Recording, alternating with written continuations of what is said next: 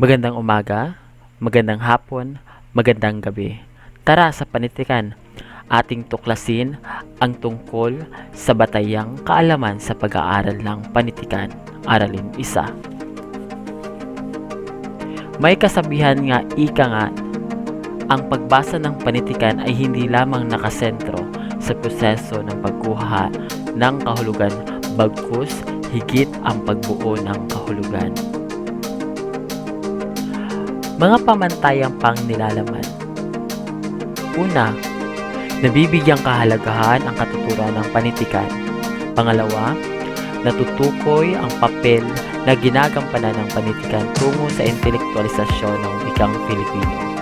Tatlo, nakilala ang mahahalagang elemento na lumilikha ng mga akdang pampanitikan. Nagagamit ang estetika bilang instrumento sa pagsusuri sa estruktura ng isang akda. Bago ang lahat, may gawain muna kayo. Ayusin ang wasong pagkakasunod-sunod ng mga kinulong titik upang mabuo ang salita. Pagkatapos, ibigay ang sariling kahulugan o definisyon nito. Meron akong 5 binigay dito na dapat ninyong sagutin. Pagpupuntos sa gawain, pamantayan. Pagsulat ng salita sa loob ng kahon, 3 puntos. Pagbibigay ng sariling kahulugan o definisyon, 3 puntos. Kabuuan ay 6 na puntos.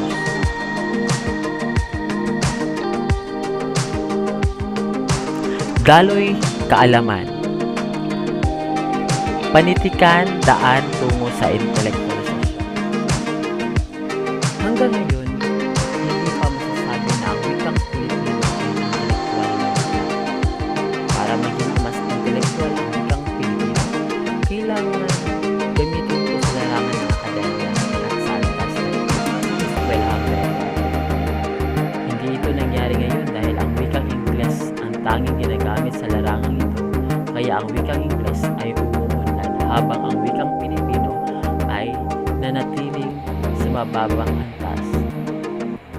Bakit ginagamit natin ang Pilipino sa karaniwang okasyon pero kung ang espesyal na okasyon Ingles lamang ang ginagamit?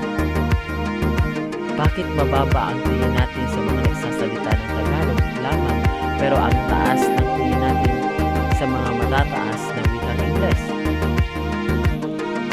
Kailangan gumawa ng paraan para masimulan natin ang paggamit ng wikang Pilipino sa larangan ng diplomasya, agham, filosofiya, at iba pang asignaturang intelektual at paraanan ito sa pamamagitan ng Filipino Writers.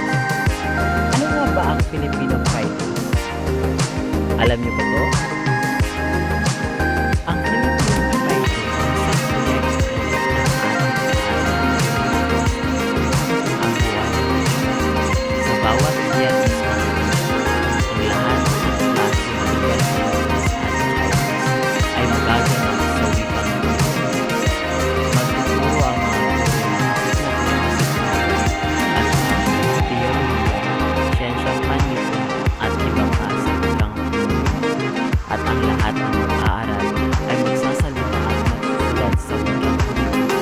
Kung gagawin ang proyekto sa bawat diyanista, sa lahat ng paaralan at universo, unti-unting masasanay ang mga tao sa paggamit ng Pilipino sa larangan ng akademya. Ano nga ba ang intelektualisasyon? Ang intelektualisasyon ng Filipino ay dapat ipokus sa lawak ng kumukontrol ng wika. Mga lawak na ayon sa kanya ay nagdikta ng wikang inaasam at pinapaboran ng mga taong gumagamit ng wikang iyan. Mahalaga ang intelektualisasyon ng wika, ang pagsulat at paglilimbag ng mga kagamitan, panturo at mga aklat sa pagkatuto o idiomang pedagogikal. Isang mabisang ekspresyon ng isang lipunan ang panitikan. Isa ito sa pangunahing institusyon na pagsasalin ng kultura sa henerasyon na bumubuo ng bawat lipunan. Sa salita lamang ng pagsasalin, ito yung tinatawag natin sa English ay translation. Meron tayong translation o pagkakaiba pagkakaiba ng pagkakaintindi. Sa makatwid, hindi salamin o refleksyon ang panitikan kundi isang institusyon at kasangkapan lang nakatuon sa pagkakamit ng pagtunlad ng pag-iisip at kakayahan ng mga mamamayan sa loob ng isang lipunan. Ang mayamang kaalaman ay nakakamit sa tulong ng malawak na paglalakbay ng isipan sa mga larangan at kaalaman ng impormasyon o tinatawag natin imahinasyon. Palawakin natin ang imahinasyon natin. Sa pagpasok ng bagong siglo, higit na lumalawak ang daigdig sa tulong ng cybernet at higit na pinaunlad ang larangan ng komunikasyon. Ito ang hinihingi ng intelektualisasyon ng anumang lingwahe sa daigdig, kabilang ang wikang Pilipino. Lagakan. Lagakan ng kaalaman at isipan o ang isipan ng bawat nilalang. Ibig sabihin ng lagakan, ito'y may iniwan o hinabilin. Ngunit sa paglipas ng panahon, hindi lamang impormasyon o kaalaman ang mahalaga. Kailangan may ugnay ang mga ito sa ibang impormasyon upang makalikha ng bagong kaisipan. Maaaring ugnayin ang mga kaalamang ito sa pamamagitan ng paggamit ng apperception theory sa edukasyon. Ang apperception theory, ito yung lumilitaw na ganitong uri ng pag-iisip ay hindi galing sa pandama, pakiramdam, kundi mula sa pagmuni-muni o paglilinis sa isang tao ng kanyang isipan. Kung ba, yun ang sinasabi ko, palawakin natin ang imahinasyon. Ang panitikan ay pag-aaral nito sa pumapasok sa dalawang antas. Sa teorang ito ay mayroon tinatawag na percept and concept. Sa unang antas, percept, ito pinapakita ang mga lumara na nasa anyo ng antas. Sa ikalawa, concept, pinayaman at mahulugan ng pinalaman ng isang ginagamit. Kumbaga, ito ay tinatawag na ipinakita ang panitikan ng isa ng halimbawa ng mga nakuhan sa mga pamamaraan sa pag-iisip tulad ng pag-iisip. Samantalang ang concept naman ay nakalaan sa nagpapayaman ng dialogue ng wika at ito ay kitang-kita sa nagpayamang sistema ng mga metapora sa masangkapang retorikal sa lahat ng uri ng anita ang panitikan. Ito tinatawag nating metapora. Ano ba ang metapora? Paghahamping, compare and contrast. Sunod, ang katuturan ng panitikan. Ayon sa bagong pangkolehiyo, diksyonaryo ni Webster, para sa kanya, ang panitikan ay ang kabuuan o kalipunan ng mga pinagyamang sinulat o nilimbag na isang tanging wika ng mga tao. Ang mga naisatitik na pagpapahayag na may kaugnayan sa iba't ibang paksa o anumang bungang isip na naisatitik. So tama naman dyan.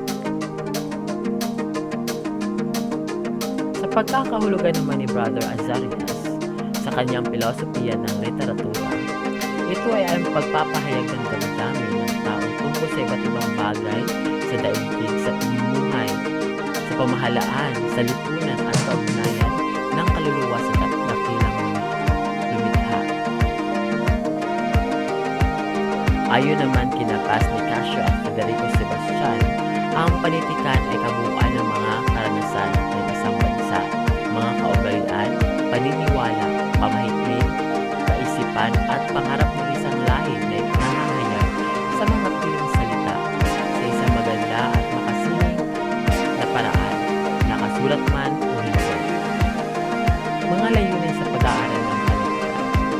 Sa kalagayan ngayon ng ating bansa, kailangan natin pamuhaan at mapahalagahan ang anyong nilalaman at hangarin ng pag-aaral ng panitikan ng Pilipino. Kailangan ito sapagkat ito ay isang magandang paraan ng pagpapalaganap at pagbibigay halaga ng sa ating kultura. Ang pag-aaral ng panitikan ay naglalayo o ay pakilala sa mga mag-aaral ang iba't ibang uri ng panitikan mula sa panahon bago dumating ang mga kasila hanggang kasalukuyan. pinapalalim ang pang-unawa tungkol sa mga paraan ng pagbibigay buhay ng mga salubin, pagnanasa at paniniwalang Pilipino sa pamamagitan ng panitikang bilang produkto ng lipunan at kasaysayan.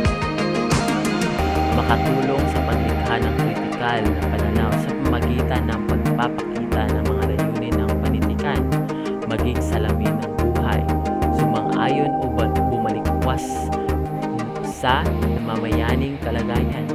Pang-apat, makabuo ng kamalayan sa tumitingin sa mga panitikan bilang mayamang bukal ng mga salubin at paniniwala tungkol sa makatuwirang ugnayan ng tao sa sarili, tao sa kapwa, tao sa kanyang pamayanan, at tao sa kanyang pamilya. Ayon sa Commission on Higher Education o tinatawag nating CHED, ay nagpalabas ng kautusan na nagsasaad ng mga layunin na dapat ipatupad at mga pangangailangan dapat gawin sa pag-aaral ng panitikan. Una, mabuksan ang mata o mabuksan ang mata ng mga mag-aaral sa kayamanan ng ating panitikan. Pangalawa, makilala ang iba't ibang anyo pang panitikan bago pa matapos ang termino. Nakabasa ng dapat ang estudyante na ilang teksto sa mga katulad ng sa mga ang ating pangangailangan at sa mga pamamagitan. Tatlo, makasulat ng isang term paper na hindi nakulang o kukulangin na 10 pahina na sumusuri sa sinulat ng isang ninunulat na ipinanganak sa kanilang pinagkulang milyon o kaya naman kung saan matatagpuan ang kolehiyo o pamantasang pinapasulat. Dalawang anyo ng akdang pampanitikan. Una, patula. Masining o karaniwang pagsasama-sama ng mga salita upang makabuo ng mga taludtod na maaaring may sukat at tugma. Meron akong 4 na mga uri ng tula. Una dito ay ang liriko o tula ng damdamin. Ito'y nagsasaad ng marubdob na karanasan, guni-guni o damdamin na may akda. Karaniwan sa uri nito ay ang uda, dalit, soneto, elihiya at awit. Pangalawa, pasalaysay. Mga tulang mga may kwento at mga tauhang gumagalaw. Karaniwang pinapaksa rito ang mga hagitingan ng mga bayani at pakikiligma tulad na epiko, awit at koreo. Tulang pantulaan. Mga dulang nasusulat ng patula tulad ng sinapulo, tibag at sarsuela. Tulang patnikan. Ito ay tagisan ng talino na paraang patula tulad ng kardatan, buklo at balagtasan. Pangalawa, tuluyan. Maluwang ang pagsasama-sama ng mga salita sa katutubong takbo ng pangungusap. Nabibilang dito ang anekdota, maikling kwento, alamat, mito, nobela, dalambuhay, pangulong tunding, sanaysay, balita, talumpati, dula at iba pa. Mga elementong lumikha ng mga akdang pampanitikan. Kapaligiran. Binibigyang pansin ang isang buo kasama ang iba't ibang sangkap ng kalikasan, katulad ng klima, mga likas na yaman, mga pisikal na kapaligiran, mga kaugnay nito. Maraming mga tulang maikling kwento, nobela at iba pang akdang sumilang at nilikha na ang ginagamit ng paksa ay ang kapaligiran at kalikasan. Kung mapapansin natin dito sa atin, sa Pilipinas, madaming kwento o maikling kwento na nagawa dito sa atin. Kayo ba? Makakagawa ba kayo ng maikling kwento, nobela o tula? Ginagamit sa paksa ang kapaligiran? Pangalawa, karanasan. Lahat ba dito may mga karanasan na tinatawag natin? Common, pag-ibig sa pamilya, pag-ibig sa kapwa-tao. Karanasan, ito ay isang lunsaran ng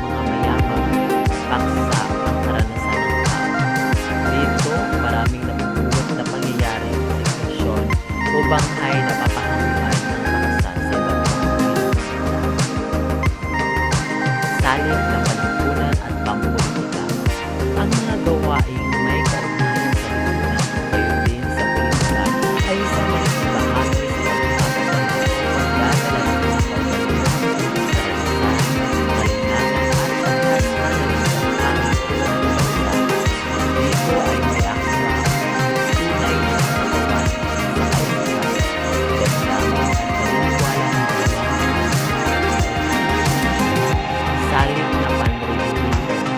Maraming mga akdang kilala, hindi lang sa Pilipinas kundi sa buong daigdig ang umasa sa salik na ito. Hindi natin matatawaran na ang pananampalataya na natutuhan natin sa dayuhan ng pananampalataya na natutuhan natin sa daigdig na nagkaroon ng malaking impluwensya upang ang ating mga manunulat sa iba't ibang panahon ay makasulat ng obra maesang panghabang panahon. Dito sobrang dami na sa Pilipinas. Edukasyon. Edukasyon. Ang filosofiya ng edukasyon ay naituro sa atin ay lalong nagpalawak sa kalinangan at karunungan taglay na natin sa pamamagitan ng mga naituro sa atin sa mga institusyon sa ating bansang kinagisnan. Higit na nagkaroon ng puwang sa ating puso ang makalikha ng mga akdang magpapakilala ng uri ng lipunan at edukasyon na naghatid sa atin ang kinalalagyan natin ngayon. Mga impluwensya ng panitika ng ibang bansa. Sa kasaysayan ng panitikan, hindi lamang sa Pilipinas, kundi maging sa mga bansa sa daigdig, mayroong mga akdang pampanitika na nagdala ng malaking impluwensya upang maisulat at mabuo ang obra maestra ng iba't ibang bansa sa daigdig sa larangan ng panitikan. Narito ang 12 akdang pampanitika ng iba't ibang bansa sa iba't ibang panahon na nagdala ng dalawang mahalagang kalagayan ng panitikan sa daigdig. Una dito ay nagpapaliwanag sa kahalagahan ng kalinangan at kabihasnan ng lahing pinanggalingan ng akda.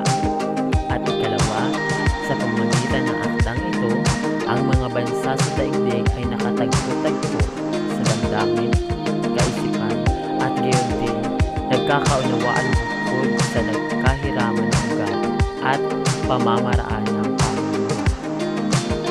Una dito ay ang tinatawag nating banal na kasulatan o Biblia. Mula ito sa Palestina at naging batayan ng sangka-Kristyanuhan na hahati sa dalawang bahagi, ang Lumang Tipan at ang Bagong Tipan, o tinatawag sa Ingles na Old Testament and New Testament. Pangalawa, Quran, Biblia ng Mohammedan. Mula sa Arabia, nagtataglay ng mga kaisipan at kautusan na siyang sinusunod hanggang ngayon ng mga Mohammedan. Tatlo, Iliad at Odyssey ni Homer. Mula ito sa Gresya at tumatalakay sa mga pakikipagsapalaran ng Greko noong kanilang kapanahunan. Ang Iliad ay tungkol sa istorya ng pagsakop sa lungsod ng Troy, habang ang Odyssey ay hinggil sa pagbabalik ni Odysseus mula sa Trojan War. 4. Mahabharata mula sa India. Ito ay tinuturing pinakamahabang tula sa daigdig na merong taludtod-linya na 220,000. Tumatalakay ito sa pakikipagsapalaran ng mga pinunong Indo-Aryan. Divine Comedy ni Dante Alighieri at mula sa Italia. Tinalakay naman dito ang isang maglalakbay sa langit, sa impyerno at purgatorio at nagpapakilala ang mga taong husgahan sa pamamagitan ng pamumuhay niya sa lupa. El Cid Campeador mula sa Espanya. Nagpakilala ito sa katagyang panlahi ng mga Kastila at ng kanilang mga alamat at kasaysayang pambansa ng unang panahon. The Songs of Roland de Francia ng Francia. Kinapalooban ito ng kwentong Roncesvalles ng mga lalong kilalang Roncesvalles ng Francia. Ito ay nagtataglay ng kasaysayan ng gintong panahon ng kakristyanuhan ng Francia. 5 classics and 4 books mula sa China na kinatitikan ng magagandang kaisipan at filosofiya ni Confucius. Naging batayan ang mga aklat na ito ng pananampalataya, kalinangan at kasaysayan ng mga insyik na nakaapekto sa atin. Book of the Dead ng Ehipto na kinapapalooban ng mga kulto ni Osiris at ng mitolohiya o teolohiyang Ehipto. A Thousand and One Nights ng Arabia at Persia na nagtataglay ng mga kaugaliang pampamahalaan, pangkabuhayan, pangkalinangan at panrelihiyo ng mga taga-silangan. Canterbury Tales ni Chaucer ng Inglaterra na naglalaman ng mga pananampalataya at pag-uugali ng mga Ingles noong panahon. Ang huli ay Uncle Tom's Cabin ni Harriet Beecher Stowe ng Amerika. Binigyang diin dito ang karumal-dumal na kalagayan ng mga itim na kamay ng mga nuklear at siyang naging batayan ng simulain ng demokrasya sa daigdig. Ito rin ang naging inspirasyon ni Dr. Jose Rizal upang maisulat at mabuo ang kanyang dalawang obra maestra na No Limitang at El Filibuster. Alam niyo na ba yun? Na sa panahon na iyan ay yung mga itim na tao ay ang tawag dyan ay slave.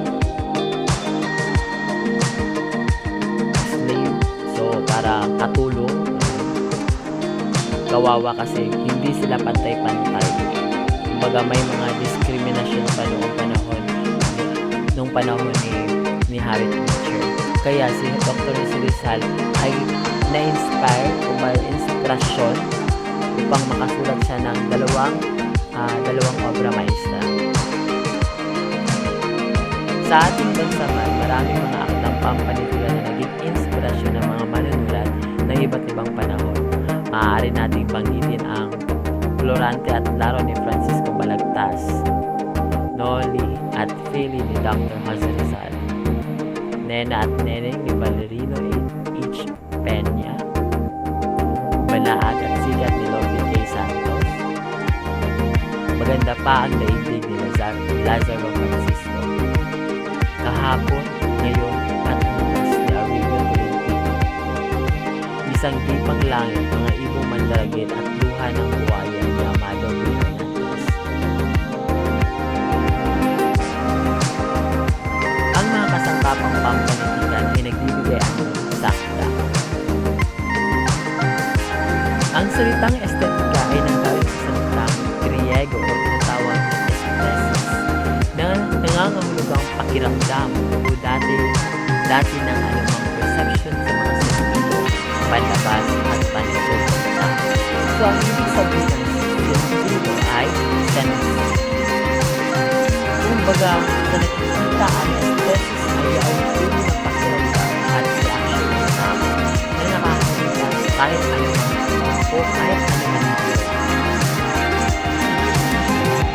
Ang mga sentido ng tao ay nahati sa dalawang grupo. Una ay ang mga sentido panlabas o external senses tulad ng pandinig, pangamoy, panlasa, pansalang. Pangalawa, sentidong panloob o internal senses tulad ng imahinasyon, guni, memorya, pangunawa, at huwisyo o pagpapasya. Ang layo ng estetika ay may dalawa. Una ay perception ng mga sentidong panlabas. Pangalawa, konsepto ng bunga ng mga sentidong panloob. Dalawa ito sa naukol, ang siyam ay nakatala na sa itaas na siyang nating ipinaliliwanag sa ibaba. Dito, ang nilalaman ay tumutukoy sa tauhan, tagpuan, suliranin, aksyon, at tema. Ang denotasyon ay karaniwan at tikas o literal na kahulugan ng salita o pangungusap. Ito ay kahulugan ng madaling mahanap sa diksyonaryo. Konotasyon, ang tawag sa implikasyong tinataglay ng mga salita o pananalita.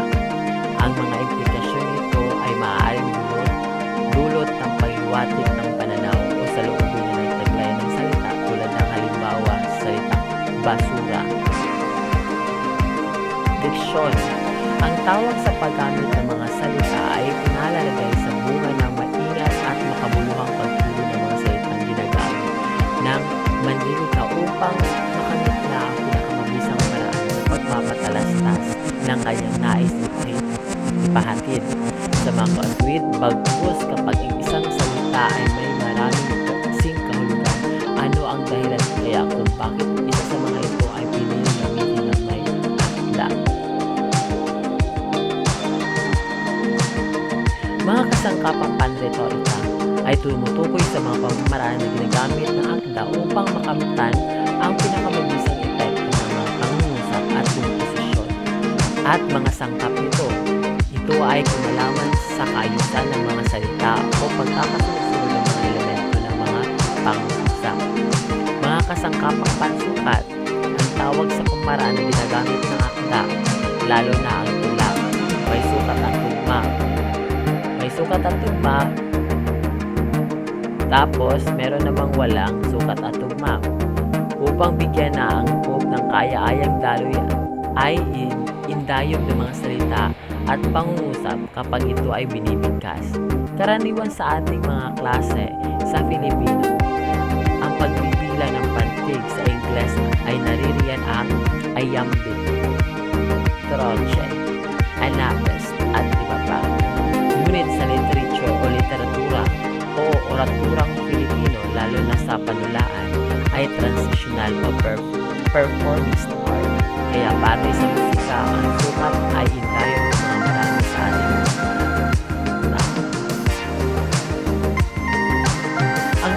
ang tugma o rima ay maraming silbi at isa rito ang bilang ng marker ng sukat dahil sa tuwing lumitaw ang tunog ng tugma ay dulo ng isang verso. Mga kasangkapang metaphorical ang ginagamit ng taysay na nagpapayaman ng kabuuan at hulugan ng akda. Ito pagmula ang sinilis ng Pandora, eronia, alusyon, aliterasyon, sinunsya, onomatopeya, anapora, alegoria, analogia, pansin, personifikasyon, apostrophe, metonymy, sinapsis, depersonalisasyon, hyperbola, at maraming pang iba. May kinalaman din ang mga punto de vista at personal akda. Tono. Ang tono ay nasasabi kung ang saloobin ay nakapaloob sa teksto. Matapat ba? Sarkastiko? Nanunudyo? Satiriko ba? Parody ba? Ito ay karaniwang sinasagot ng tono. Para yung halimbawa na, Sir! Ganyan. Ano ba? Yan. Yan ang mga halimbawa. Instruktura. Binibigyang halaga ang pangkalahatang kaayusan at pagkakahanay ng mga bahagi ng isang akda. Sa dulang klasiko, ito ay lumalabas sa anyo. Una, eksposisyon. Pangalawa, komplikasyon. Pangatlo, resolution. Ito ay tinatawag ni Aristoteles na simula, gitna at wakas. May mga katanungan ba? Kung may katanungan kayo,